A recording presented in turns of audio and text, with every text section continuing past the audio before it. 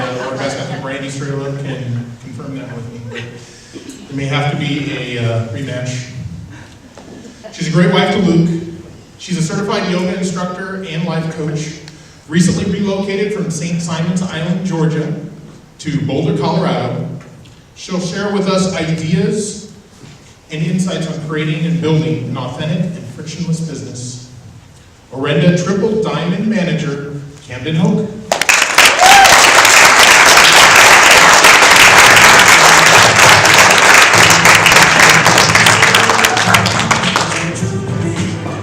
Supposed to dance now, right? Yeah.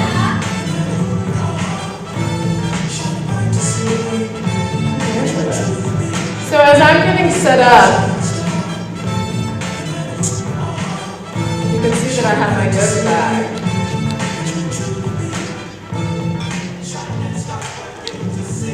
You guys don't like this song? I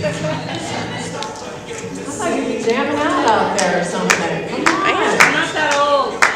You're not that old? Wow. All right. Am I that old? It's a tough crowd. I guess so. I thought my husband was a tough crowd. Joking. All right, so you can kind of see that I'm getting set up here. And this is what I do before one of my yoga classes. And coming to this type arena, yes, I've spoken at leadership school. I did last year and the year before. But no, this is something that does not come naturally to me. All right? And yoga teaching did not come naturally to me at first. Speaking in public did not come naturally to me at first. Although I think it was inside of me somewhere. I want to thank Bob and George for inviting me to speak. When George called and he left a message, he said, "We'd like you to speak about authenticity and sharing your Orenda business from an authentic heart." Can you imagine how I felt? A yoga teacher, I was like, oh my gosh, this is so up my alley. I love this. So I'm really honored that you asked me to speak about that. But when somebody asks you to speak about something, it requires you to dive very deep, right? It challenges you, and that's what George said in his message. I know you like a good challenge, and I do. So I thought, do I own that? Is that me? Am I authentic? What parts of me are authentic? How has that grown for me? And so as I speak before you today, we think about what Orenda means. Orenda means the spiritual force that flows within all beings. So as I speak to you today, Spirit speaks to you. That's how I now teach my yoga classes. When I first started teaching yoga, it would take me 2 hours to write out my entire class. I wanted it to be perfect. I wrote down every single thing, and then you're going to teach for another hour and a half, and then after that, it's like, oh. One day, as I was getting ready for my class, something said, Spirit said, don't write anything down. I said, okay, I'm going to trust that. I'm going to trust that, and I did. And I just let that channel through me, and as things came through me, I thought, oh my gosh, did I just say that? I couldn't recall a lot of the things that I said. So today, and this week, and last week as I was preparing, I started writing all these notes, and it was just so much. Oh my gosh, this is just way too much information, for people to take in and for me to even say. And Spirit said again, don't write it down. You're going to speak.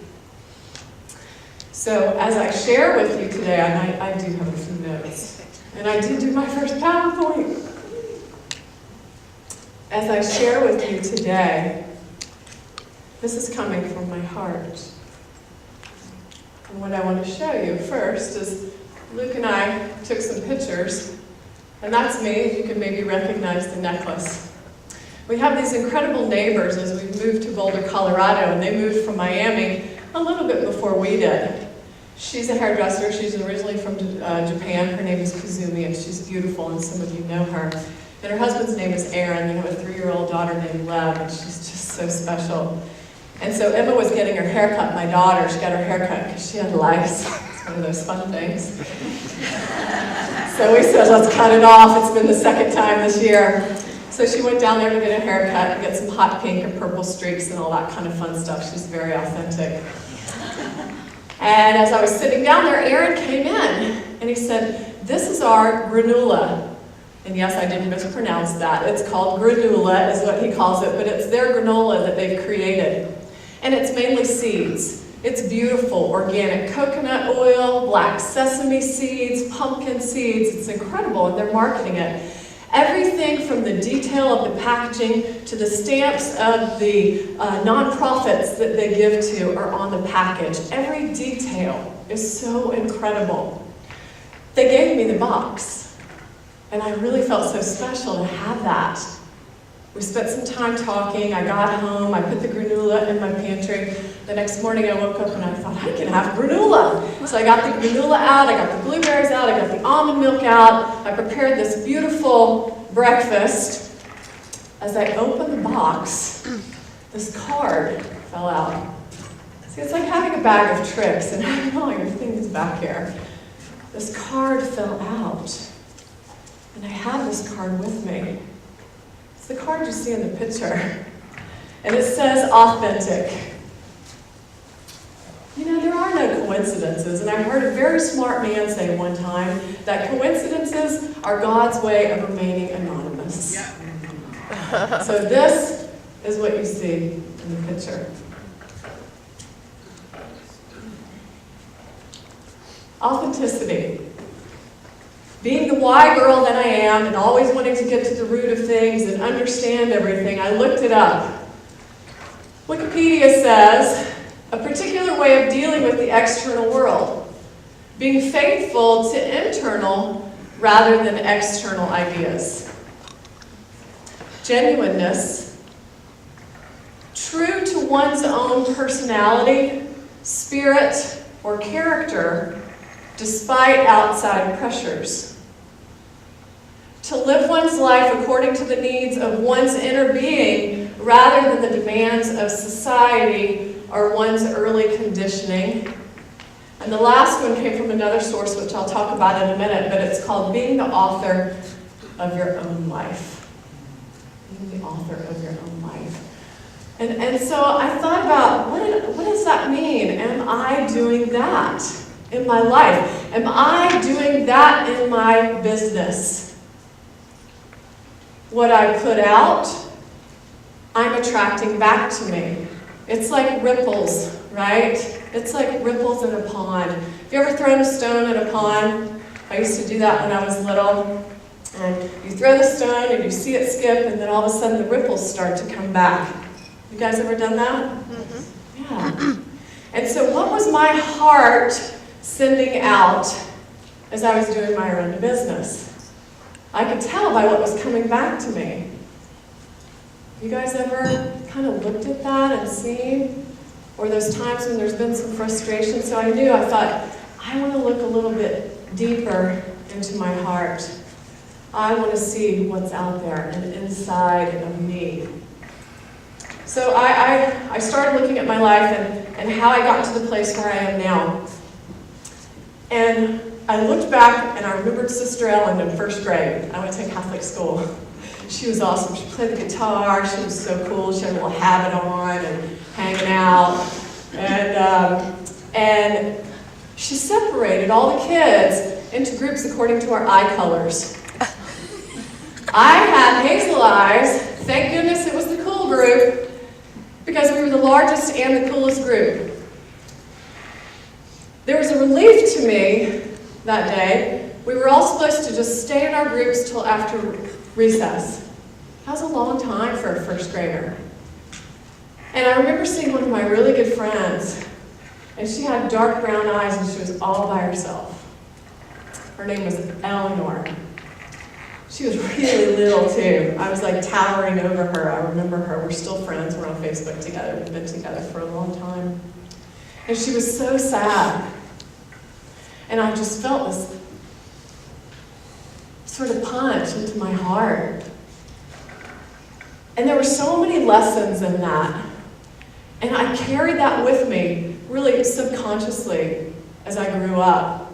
So many lessons I didn't get until much later. One of those lessons for me was that I thought that everything had to be perfect. And if it wasn't, then I wasn't worthy. Along with unworthiness goes low self-esteem and low confidence. The vibrations that are sent out from that, as I started to look at that, and what I was getting back, I didn't understand then, but I understand now. In high school, in college, and as I went through my relationships, I had a lot of abuse, physical abuse and verbal abuse in my life. I was really good at faking confidence. Nobody had any idea. It was perfect on the outside. Always be seen but not heard in the South is what I was taught. Now what I know is that that is not authentically me. And one of the people that I attracted into my life, my husband Luke, showed me that. He was so confident and is so confident and so caring. And he used to tell me, "You're beautiful." And I didn't believe him. I couldn't say it. He would say, "Say I'm beautiful." And I couldn't say the words. And I couldn't even look in the mirror.